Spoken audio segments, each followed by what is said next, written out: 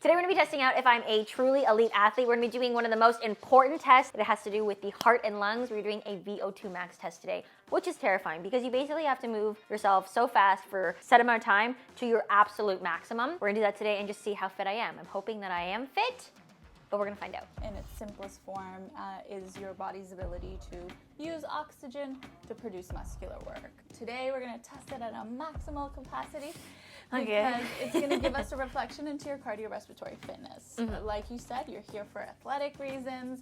We're gonna give you your heart rate zones, give you feedback on how to train, and I can also give you feedback on, based on how you perform today, what you specifically need to do to improve. We know where we're at today, and we get to where we want to be, and then we can maintain that as we age. We can maintain a high quality of life as we age. Amazing. So this is an important one to track. You're super young now, so you'll track at what you're like when you're 35, 40, and so on and so forth. And you'll think back like, oh my God, remember I was 30 and my VO2 was...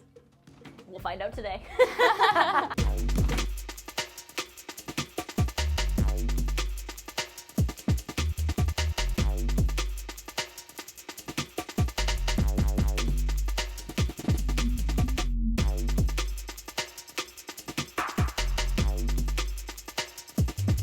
Less than a minute and a half to the next one. We're pushing to that next phase.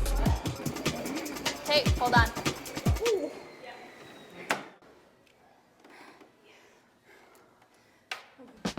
First off, you did so great. Did I? Yes. I don't know if you're just lying. No, I'm not. I'm not. Okay.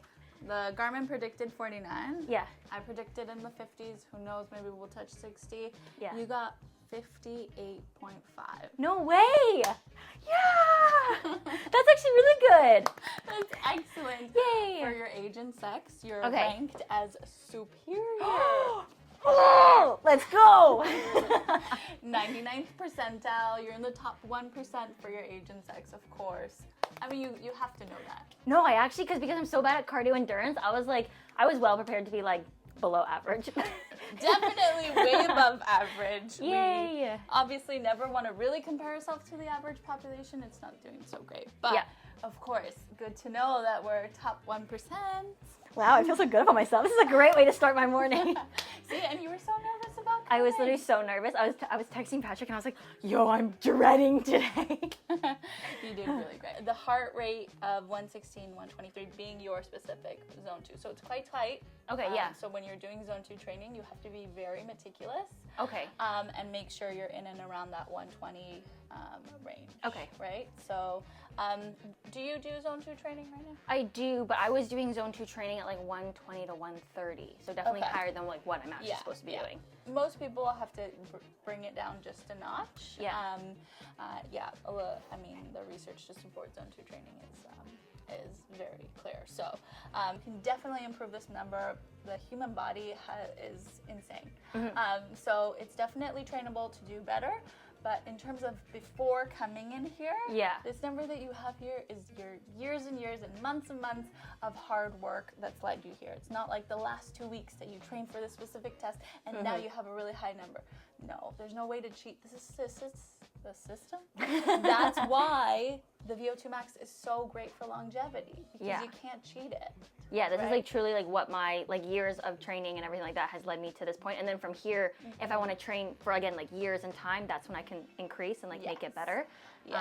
But no, that's why I wanted to come. I wanted to get like a good baseline of where I'm at currently. Yeah. Because obviously I wouldn't want to do it at like say the end of my marathon when I've been training like running for a bunch and being really focused on that. Yeah. So it's a good baseline to train or see this now, and then maybe like after my marathon, after High Rocks, like in October, like months down the line, I can come back and just see like if training in my zone 2, zone 3 has like really helped, you know, my conditioning and everything. Yeah, get you to where you want to be. Yeah, now that I'm working with like custom numbers, not just like generic calculations. This definitely leaves the guesswork out of it. I'll give you specific feedback since you have some athletic marathon goals as well. Yes, so I do. Stay tuned for that. Shout out Push Pounds for the VO2 max test today, because it was actually so much less intimidating than I thought, because it's a shorter period of time. So it was only an incline and then increased speed like through both of them, which made it a lot shorter. Also, the actual mask itself was relatively comfortable. And plus, we also really like my results, because my results said that I'm superior, which we love. This graph here that shows, and I'll have Dal put it up as well, basically shows that like my heart rate went up and then like never plateaued. It just kept on chasing upwards. So that is something I do have to work on. And to do that and help get that in better, quote unquote, shape is basically working in my zone 2, zone 3 a lot better, because I will say that is a very boring way to train. And I've been probably not spending enough time in it as I should, and which is why my heart rate's not showing the whole, like, as each phase happens, like your heart rate should increase and then plateau, increase and then plateau. But mine was just increase until I was just tired. So that's something that I definitely need to work on. Other things that we learned was also my lungs are small, which makes sense. I'm a small person. But of course, with smaller lungs, as I start to get more tired throughout it, I started to take much shorter, quicker breaths, which makes it feel harder than it is. I think in general, I am a mentally weak person, so when I do feel that like quick breathing, I kind of panic a little bit, and then I think I'm way more tired than I am, and so I quit a little bit earlier. I think for me, if I had seen my score of like 58, I could have potentially kept going if I knew to get to 60 would mean like I'm super elite or super superior, whatever it is. That's where my mental strength comes in. If I know I have an end point or an end goal, if I don't know what it is, I don't really necessarily make myself get there, which is kind of tough. But overall, learned a lot this time doing my VO2 max, and I'm honestly really excited to start getting training into my zone 2, zone 3. So that way, by the time the marathon comes, by High Rocks Toronto, when I'm trying to be more competitive for myself at least, I can have like really good results and have really good training. And then we'll probably go back to push pounds into a VO2 max test part 2, just to see how much the training has impacted. But I do think this is a super important test to do, because like we said in the video, this is one that like directly correlates to someone's longevity and their overall health. So it's super important to take care of your heart and lungs, because that's like literally how blood and oxygen gets like pushed out through your body and everything like that.